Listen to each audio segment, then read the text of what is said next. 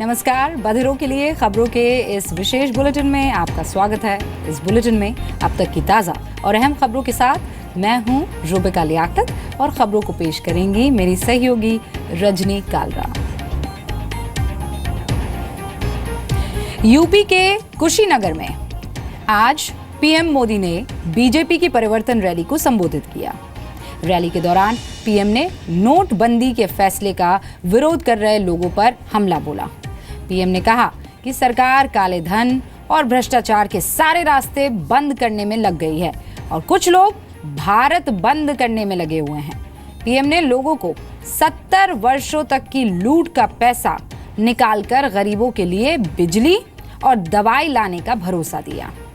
PM ने एक बार फिर कहा कि नोटबंदी के फैसले से लोगों को तकलीफ होगी और इसमें से 20 दिन गुजर चुके हैं। पीएम ने लोगों से कैशलेस खरीदारी पर जोर देने की अपील की। एक तरफ सरकार, एक तरफ हम सब भ्रष्टाचार के सारे रास्ते बंद करने में लगे हैं, काले धन के सारे रास्ते बंद करने में लगे हैं और दूसरी तरफ भारत बंद करने में लगे हैं। आप मुझे बताइए, भ्रष्टाचार का रास्ता बंद होना चाहिए कि भारत बंद होना चाहिए? पीएम मोदी ने मन की बात कार्यक्रम के दौरान देश के युवाओं से कैशलेस सोसाइटी बनाने के लिए सहयोग देने की अपील की। पीएम ने कहा कि कैशलेस बनने में वक्त लग सकता है, लेकिन कम से कम कैशलेस सोसाइटी बनने की ओर कदम बढ़ाया जा सकता है। पीएम ने युवाओं से लोगों तक मोबाइल बैंकिंग और कैशलेस पेमेंट की जानकारी पहुंचाने की अपील की। पीएम ने कहा कि नौजवानों की क्रांति से ही देश में बदलाव आ सकता है। पीएम मोदी ने आज 26वीं बार रेडियो पर मन की बात की।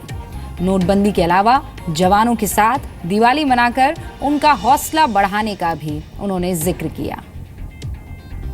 मैं आपको निमंत्रण देता हूं कि कैशलेस सोसाइटी बनाने में आप बहुत बड़ा योगदान दे सकते हैं। आप अपने व्यापार को बढ़ाने में मोबाइल फोन पर पूरा बैंकिंग व्यवस्था खड़ी कर सकते हैं और आज नोटों के सिवाय अनेक रास्ते हैं जिससे हम कारोबार चला सकते हैं।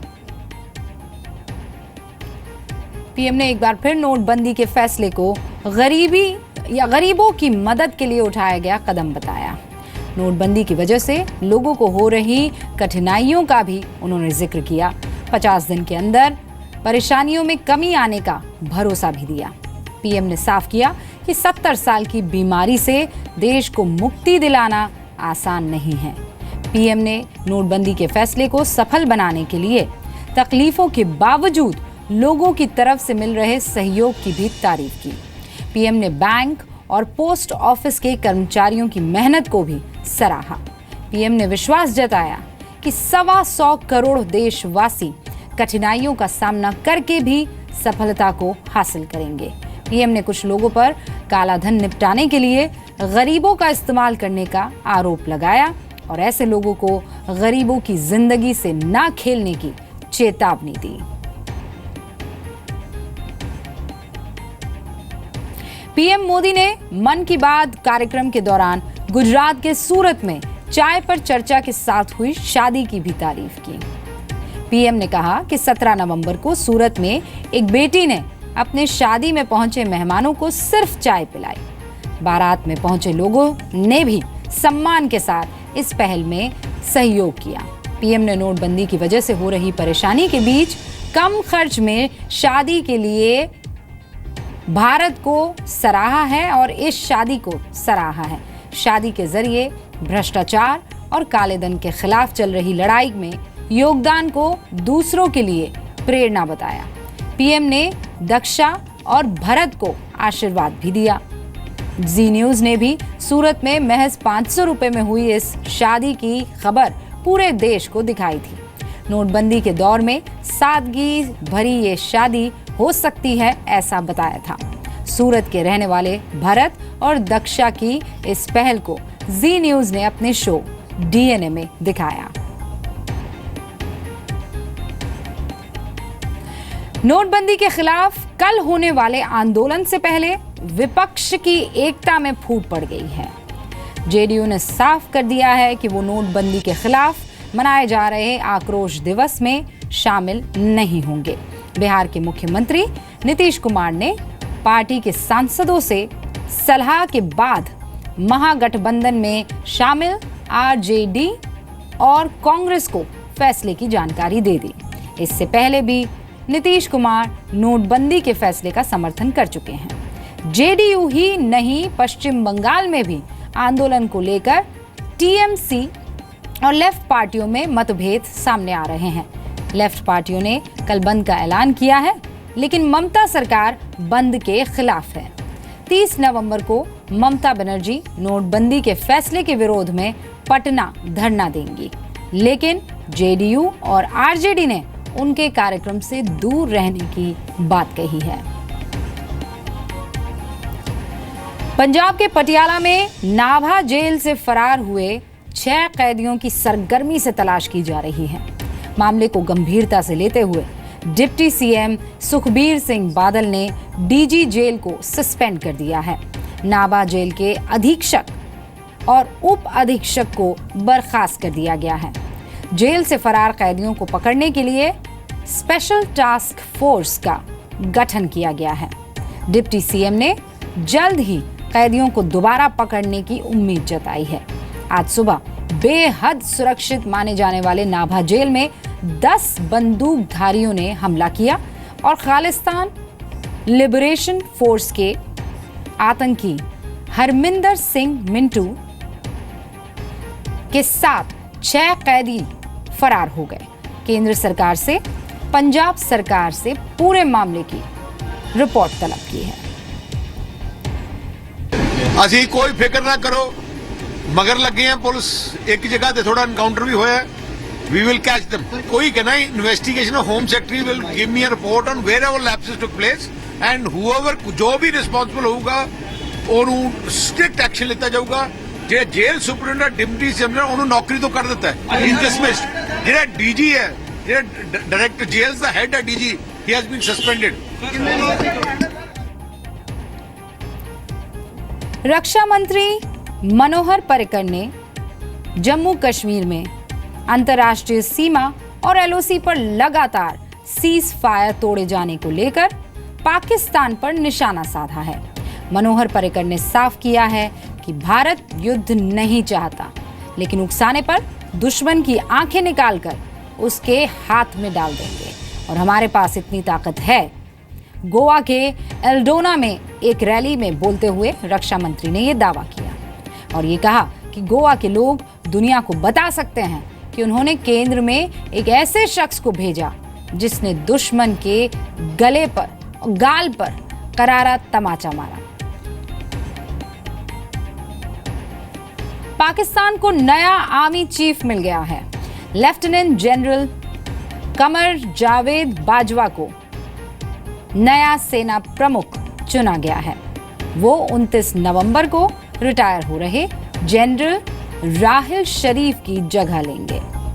पाकिस्तान के रक्षा मंत्री ख्वाजा आसिफ ने बाजवा के नाम की पुष्टि की है। बलोच रेजिमेंट से ताल्लुक रखने वाले बाजवा फिलहाल पाकिस्तानी सेना मुख्यालय में तैनात है। पाक मीडिया के मुताबिक बाजवा के सामने प्रधानमंत्री नरेंद्र मोदी और एनएसए अजीत डोवल से निपटना सबसे बड़ा चैलेंज होगा। बाजवा को एलओसी से जुड़े मामलों का एक्सपर्ट माना जाता है।